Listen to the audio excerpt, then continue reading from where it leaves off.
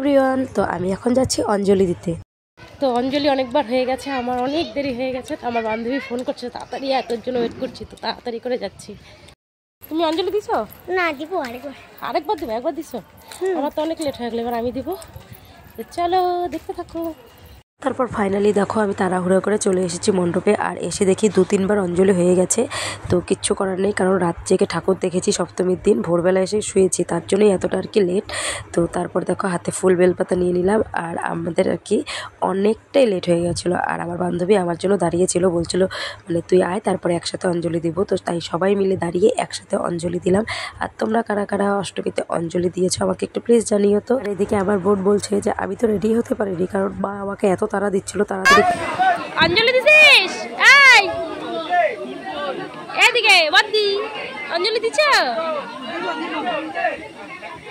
তারপর ফাইনালি দেখো আমরা দাঁড়িয়ে পড়েছি অঞ্জলি দেওয়ার জন্য।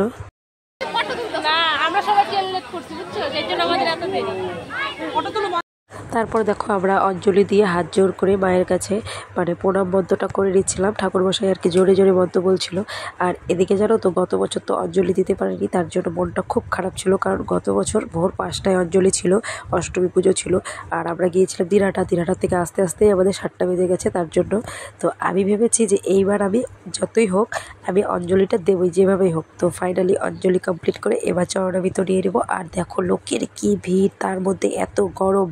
তারপর ঠেলে ঠুলে যাই হোক চরণামৃত নিয়ে নিলাম, এবার চলে যাবো বাড়ি। অঞ্জলি কমপ্লিট হলো, এত গরম এত রোদ আর কি বলবো।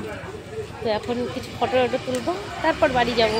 চলো টাটা, বাই বাই, সবাই ভালো থেকো।